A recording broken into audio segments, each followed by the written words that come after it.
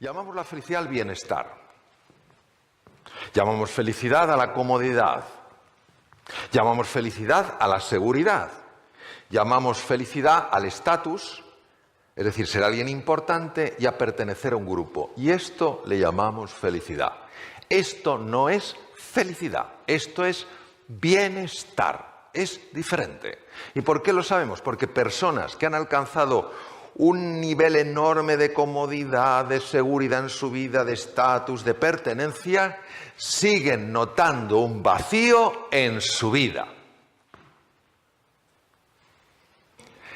Los vacíos del ser no se rellenan con el tener. Y ya podemos tener y tener y tener y tener, que estamos llenando un pozo distinto del pozo del ser. Y mientras no llenemos el pozo del ser, seguiremos notando ese vacío. ¿Es verdad que se viaja más cómodo en un coche bueno que en un coche no tan bueno? Sí. ¿Es verdad que se come mejor en Alicante que en otros sitios? Sí. ¿Es verdad que se está mejor en este salón que estuviéramos todos apretados en una clase? Sí. ¿Y eso es importante? Sí. ¿Es la felicidad? No. ¿Venimos aquí a hablar del bienestar subjetivo? Sí. ¿Venimos solo a hablar del bienestar subjetivo? No. Venimos a hablar también de la felicidad. Entonces tenemos que ver qué es la felicidad. Ahora, las personas que han alcanzado un nivel de bienestar, de estatus, es decir, de reconocimiento, de valoración, etcétera, etcétera, cuando notan ese anhelo, ese vacío, y dicen, hay algo que le falta a mi vida y no consigo saber qué es, están tocando una puerta muy delicada, que es la puerta de la incertidumbre. Esta puerta es delicada porque cuando tú la cruzas, el mundo cambia. Y preferimos lo malo conocido o lo que no es tan malo y es cómodo a lo bueno por conocer. Ahora que tenemos aquí el mar tan precioso y vemos la línea al horizonte, muchas personas durante muchos años vivieron encerrados en los límites del horizonte porque consideraban que fuera solo había monstruos y dragones. ¿Y si no fuera así? ¿Y si hubiera un espacio de posibilidad para el ser humano? ¿Y si fuera, como decía uno de los 7 sabios de Grecia, Pítaco de Mitilene, la oportunidad es una puerta abierta a infinitas posibilidades? Y si el ser humano no solo necesitara el bienestar subjetivo, que claro que lo necesitamos, sino que además pudiera experimentar algo más profundo que es la felicidad. Eso es lo que tenemos que explorar. Obviamente hay personas que se abren más a explorar en esa puerta porque sienten que no están experimentando nada de lo que le da un cierto tono de alegría o de entusiasmo a la vida. Son personas que están hartas de estar hartos. Estoy harto de estar harto. Tiene que haber algo más. Y como dice Leonard Cohen en su disco Anthem, hay una grieta en la pared a través de la cual penetra la luz. Hay algo en el ser humano, en nuestra profundidad, que siente que hay una dimensión dentro de nosotros que no estamos explorando y que si no la exploramos es muy difícil experimentar lo que es la felicidad. ¿Podemos experimentar el bienestar? Claro que sí, pero se nos escapa algo entre los dedos como si fuera agua, que es la felicidad.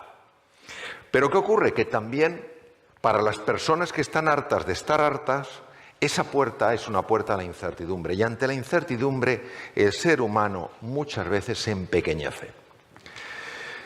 Ya hemos visto que hay una diferencia entre el bienestar subjetivo y la felicidad. Ahora vamos a ahondar más en cuál es la experiencia de los dos. El bienestar subjetivo es lo que colma los sentidos.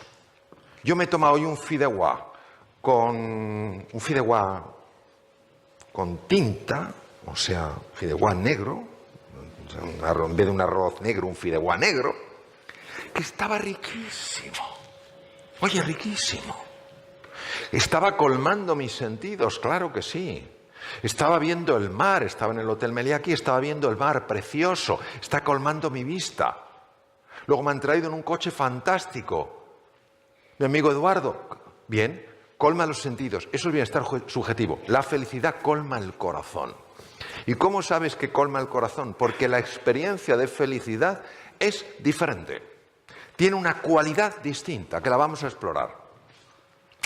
El bienestar subjetivo se experimenta, pues como lo que hemos visto antes, confort, agradable a los sentidos, te sientes cómodo, te sientes seguro, te sientes bien.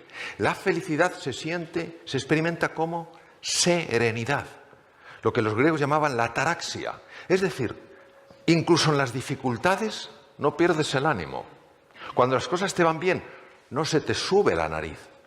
Es como una paz interior que no depende de lo que te pasa, que irradia desde lo que eres.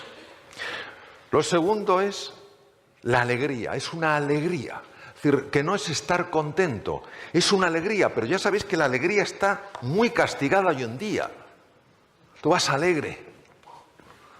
Una persona alegre, poner cara alegre, por favor. Vas alegre por la vida. Y alguien te dice, Mario, ¿qué te pasa? Dice, no, que estoy alegre. Dice, ¿pero te ha pasado algo? ¿Te han ascendido? ¿Te ha tocado? No. Te dice, wow, qué rarito está este. Wow.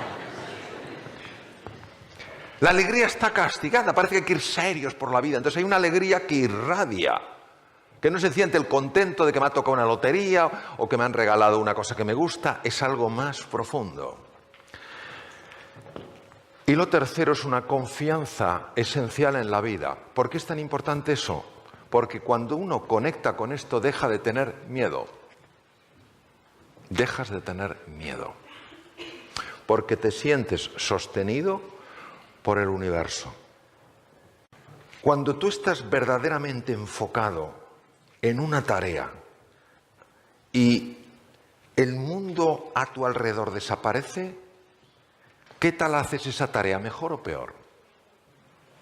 Si te estás distrayendo constantemente, bien.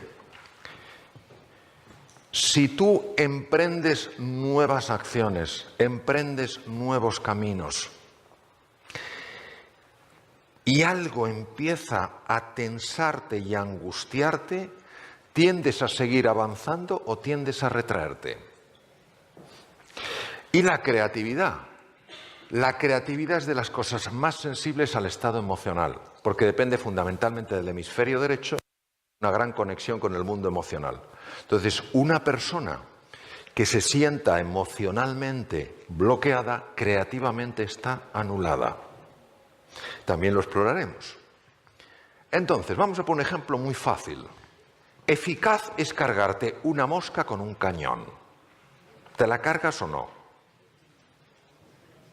Hay alguno que dice, no sé lo que habrás fumado, pero normalmente una mosca le pones un cañón y te la cargas. Eso es eficaz, pero ¿consume o no consume recursos? Un montón. Ahora, si coges un matamoscas, esto es eficiente. Con pocos recursos consigues lo mismo. Y esto es lo más importante que os quiero mostrar respecto de la relación entre la felicidad y la productividad. Mirad, voy a utilizar esta cosa tan chula, ya veréis, a ver si funciona. Eso es, a ver, enséñamelo. Bien. Observar nivel de rendimiento. Oh, esto es fantástico. Se queda bloqueado. Bien. Así se queda. Nivel de rendimiento, que es la productividad, la efectividad. Y abajo, nivel de presión interior. Esta es la curva de los profesores de Harvard, Yorkis y Dodson. ¿Qué quiere decir? Que si yo tengo un nivel de presión adecuado, mi performance es alto. Pero cuando mi nivel de presión aumenta más de la cuenta, mi performance cae en picado. ¿Cuándo yo noto que esa presión aumenta? Cuando no me siento valorado, cuando no me siento querido, cuando no me siento respetado, cuando soy incapaz de ver a la otra persona más allá de los juicios y me pongo a la defensiva, cuando me siento resentido, cuando tengo celos, todo eso aumenta la presión interior, es la base del sufrimiento humano y baja el performance. Os decía que Yorkis y Dodson no pudieron saber qué pasaba porque no había tecnología entonces, pero ahí sí existe. Y lo que existe es lo siguiente. ¿Veis? En color rojo está el lóbulo frontal. El lóbulo frontal del cerebro humano es el más importante en la productividad de una persona, porque es el cerebro ejecutivo. Es el que te hace tomar buenas decisiones, ser más creativo, aprender más deprisa, enfocarte bien en las cosas. Lo interesante es que cuando una persona se siente amenazada por el otro, bien porque el otro es más brillante, bien porque el otro es menos respetuoso, pero se siente amenazado y pierde esa serenidad, esa confianza fundamental en la vida, se activan unos núcleos llamados amígdalas. Pero muy importante, siempre lo digo, y todavía hay personas que luego me preguntan angustiados, cuando hablo de las amígdalas, no hablo de estas. Hablo de unos núcleos en los lóbulos temporales del cerebro. Porque en una ocasión, se me olvidó decirlo, una persona casi se me cae redonda. Le miro y le digo, ¿qué te pasa? ¿Te encuentras bien? Me dijo, no. Digo, ¿qué te pasa? Dice que estoy entendiendo toda mi vida y ya no tiene remedio. Me las quitaron de pequeño. ¡Qué penita! Estas son las amígdalas, los lóbulos temporales. Entonces, cuando las amígdalas se activan porque una persona se siente amenazada, o bien por la vida, o bien por los demás, o bien por las circunstancias, cuando una persona se siente amenazada por la otra persona porque en lugar de ver la tristeza, el sufrimiento detrás del ataque, solamente ve la ofensa. Cuando una persona no deja la herida a un lado, entendiendo que con la herida no se puede avanzar durante mucho tiempo y que el ser humano no hace cosas malas porque sea malo, sino que hace cosas lamentablemente incorrectas por su ignorancia, porque no ve, cuando uno empieza a trabajar eso, la serenidad, la alegría y la confianza empiezan a penetrar con más intensidad en su interior. Eso hace que la eficiencia aumente. Las amígdalas se tendrían que activar solo de forma oportuna y proporcional, pero no lo hacen porque nuestra mente se encarga de mantenerlas siempre activas.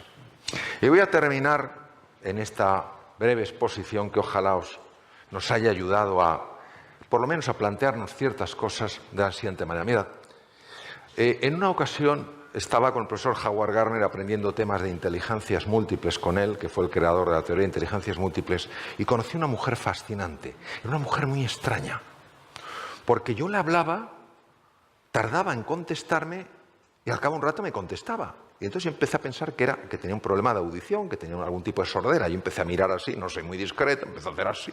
Dice, Mario, ¿te pasa algo? ¿Estás perdiendo el equilibrio? Digo, no, es que estoy... Entonces le dije, es que me parece que contestas demasiado tarde y está pensando si a lo mejor un problema de audición. Y me dice, no.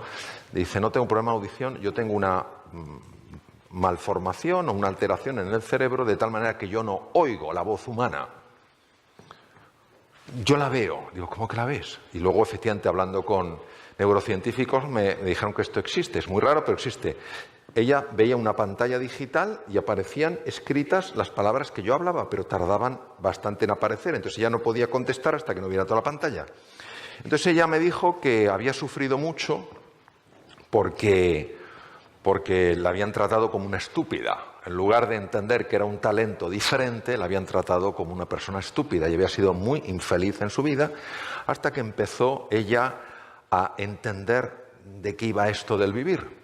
Y en una ocasión se fue a Nuevo México y a una escuela donde hay niños superdotados con niños que tienen distintos tipos de problemas y conviven. Ella empezó a dar clase a un niño al cual nadie había conseguido hacer que pudiera escribir recto. Entonces la escritura era para abajo o para arriba. Habían buscado neurólogos, pedagogos, nada funcionaba. Y entonces ella, que era arquitecto y tenía el título de Bellas Artes, empezó a enseñarle a dibujar, pero sobre todo empezó a enseñarle a confiar. Y de forma automática, este niño de repente corrigió la escritura. Es decir, hay una grandeza en todo ser humano que cuando generamos un espacio de confianza, de serenidad, de apoyo, de valoración y de ilusión, esa grandeza natural sale. Es como hace años en el Valle de la Muerte en California, que no crece nada. Una primavera empezaron a salir flores y dijeron, pero ¿dónde están estas flores? ¿Cómo? Si aquí nunca hay flores, sí, pero es que unos meses antes había llovido. Entonces, lo importante es que entendamos que cada uno podemos ser esta humilde lluvia y que lo esencial está en cada persona.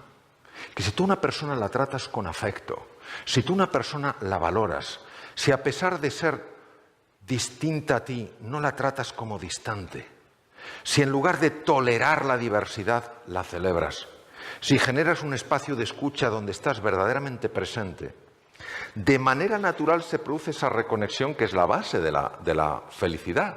Y es como tú te sientes parte de todo. Reconectas contigo, con los demás y con la naturaleza.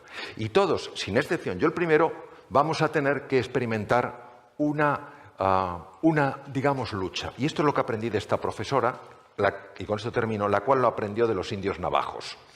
Esta mujer me contó una historia que es la esencia de la filosofía del pueblo navajo al que ella visitaba, aparte de ir a la escuela esta de los niños. Y esta historia mitológica, mítica, que llevan cientos de años repitiéndose los navajos entre sí, es la siguiente. Dentro de mí está teniendo lugar una gran batalla. Por un lado está el águila majestuosa.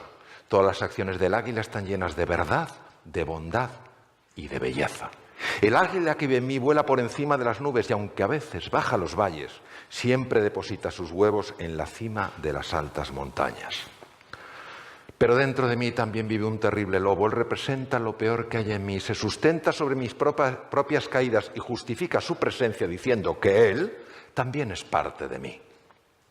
¿Quién ganará esta gran batalla? Aquel a quien yo cada día alimente. Muchas gracias. Gracias.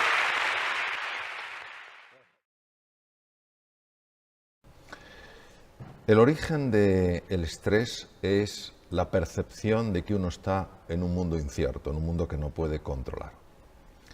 Hay una variedad de estrés, que es el eustrés, que es positiva, donde ante el desafío, el reto, una persona se crece.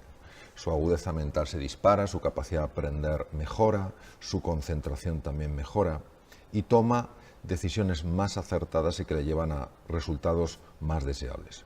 Pero hay otra parte que es el distrés. El distrés es la parte negativa del estrés cuando una persona se siente superada por las circunstancias, se siente pequeña, insignificante frente al reto.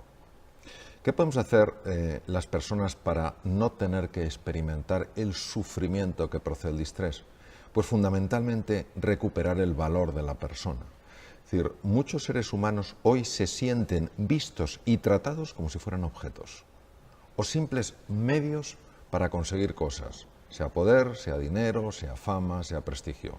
Recuperar el valor de la persona, que no es nada azucarado ni blandito, es algo trascendental en el ser humano, es decir, sentirse valorado, sentirse apreciado, sentir que se cuenta con uno en los proyectos, que se respeta el punto de vista aunque sea distinto del de la mayoría.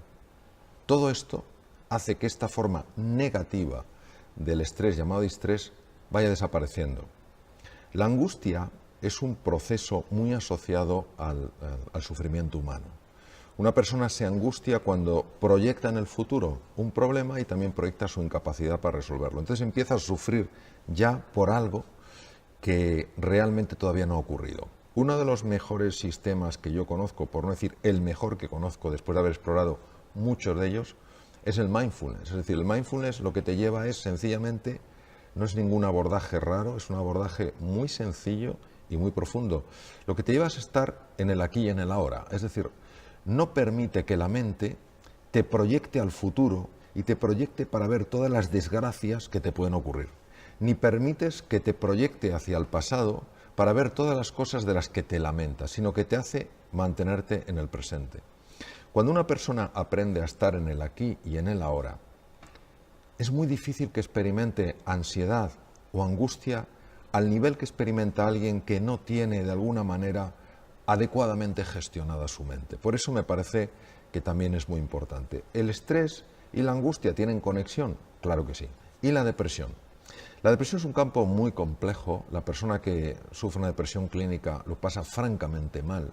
Es una persona que prácticamente no disfruta con nada, ni con un precioso amanecer, ni con una relación afectuosa. Y hoy sabemos que la depresión y la ansiedad son primos hermanos, pero casi hermanos. Es decir, que un proceso largo de ansiedad, un proceso largo de angustia puede terminar en una depresión. Y es curioso porque en este sentido Sigmund Freud decía que la depresión es la agresión vuelta contra uno mismo. Cuando uno estudia la mente humana y empiezas a ver con qué frecuencia la mente sabotea tus mejores esfuerzos para salir adelante en la vida, pues te das cuenta que algo tan poderoso todo el día actuando en contra tuya, pues no es de extrañar que te lleve a una depresión. Entonces, en resumen, yo diría que hay dos cosas que podemos hacer. Primero, tratar a los demás de verdad como personas. Pueden ser distintos a nosotros, pero no tienen por qué ser distantes. También ellos quieren ser felices, también quieren ellos sufrir menos, y no podemos permitir que formas distintas de ver la realidad nos separen como personas. Y en segundo lugar, hacer trabajo interior para encontrar ese silencio donde está el más bello de los sonidos, que no es la ausencia de sonido, es la ausencia de ruido. Cuando tú vas entrando en ese silencio y la mente se va apaciguando de forma natural, el cuerpo se recupera, la energía aumenta y la claridad mental también se dispara. Entonces esas son las cosas que aparentemente son muy sencillas, pero cuando uno las estudia se da cuenta de que tocan los rincones más profundos del ser humano. Estupendo, Mario. Fantástico. Y cuando una persona recupera esa claridad, cuando recupera todo esto de lo que estamos hablando, ¿cómo puede influir eso en su puesto de trabajo? Estamos hablando también de trabajo. ¿De qué manera puede beneficiar a la empresa que la persona recupere ese equilibrio? Sí, ha habido una serie de investigadores a lo largo de la historia que han hecho aportaciones verdaderamente importantes. La lástima es que muchas de esas aportaciones no salen de los centros de investigación y personas que no están en ese mundo pues tampoco saben de qué manera se podrían beneficiar de esas investigaciones y de esos descubrimientos. Uno de estos descubrimientos fue de los profesores Yorkis y Dodson de la Universidad de Harvard, que descubrieron la relación que había entre la eficiencia de una persona, imaginemos la eficiencia de una persona en su puesto de trabajo, y el nivel de tensión interna que esa persona estaba experimentando. Y se dieron cuenta que que todos necesitamos un nivel de tensión para ser eficientes, necesitamos trabajar un poquito contrarreloj algunas veces, pero cuando esa tensión interior supera un nivel, todo lo que es la eficiencia cae radicalmente. Es decir, la capacidad de esa persona para negociar bien, para tomar buenas decisiones, para aprender cosas nuevas, para buscar nuevos caminos, se reduce significativamente. En la época de Yorkis y Dodson se desconocía por qué pasaba esto. Es decir, se sabía, ellos habían estudiado y habían visto efectivamente que una persona con una gran tensión interior, porque tiene un gran nivel de distrés, porque tiene un gran nivel de angustia, un gran nivel de ansiedad, su performance laboral, personal, era mucho menor. Hoy, con las técnicas modernas de neuroimagen y que se pueden inducir estados de ansiedad y angustia en voluntarios, se sabe lo que pasa en el cerebro. Y lo que pasa en el cerebro es que cuando una persona está sometida a mucha presión interior, partes enteras de su cerebro empiezan a alterarse. Partes que son muy importantes a la hora de tomar buenas decisiones, a la hora de pensar con claridad, a la hora de mirar las cosas de una forma sosegada, de una forma serena. Y claro, por eso se comprende que una persona emocionalmente bloqueada es una persona psicológicamente anulada. Por eso tiene tanta importancia buscar espacios de silencio, espacios de recogimiento y sentir la cercanía de otras personas. Personas que sabes que si te caes, cometes un error, no te van a señalar con el dedo, sino que te van a ofrecer una mano para levantarte. Son cosas sencillas, pero tienen un impacto, como decía antes, muy profundo en el ser humano.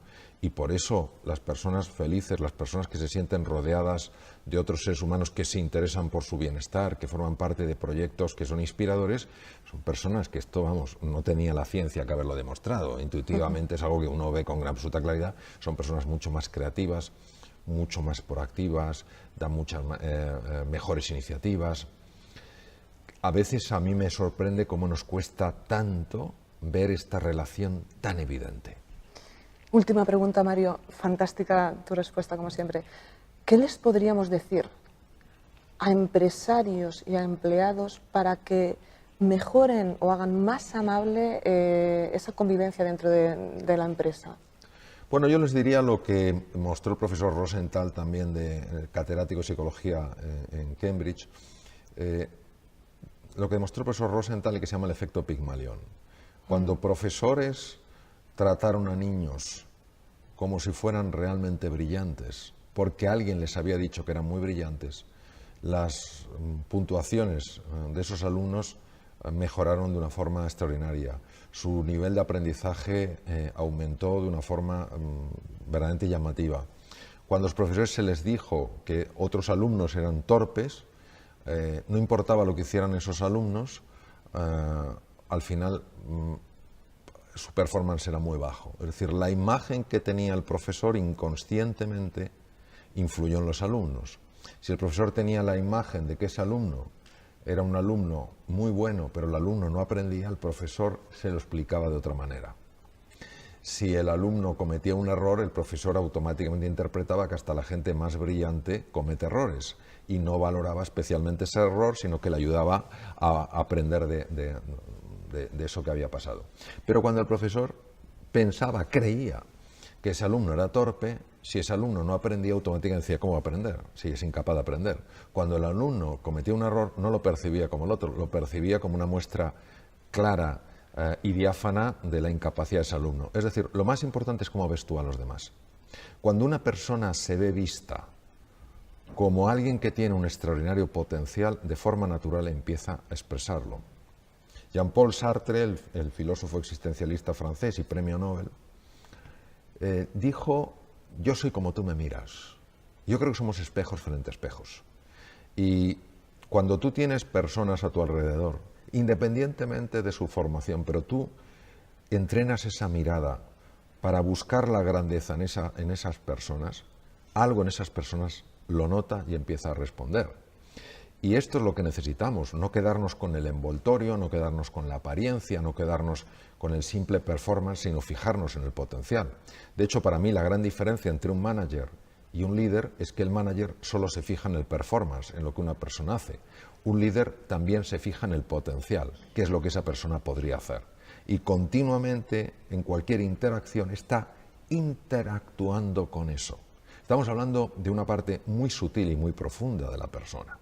Pero lo que es innegable es que esa persona que se siente vista como alguien que pueda aportar cosas valiosas, como alguien en quien se confía, empieza a desplegar un talento sorprendente. Y si no, que cada uno revise su historia personal y verá con claridad meridiana que ha habido una serie de personas, pocas habitualmente, que gracias a ellas tú has confiado más en tus posibilidades, has tomado decisiones que te asustaban y que te han abierto mundos. Entonces, claro, ser una persona de esta calidad es un legado maravilloso para el mundo.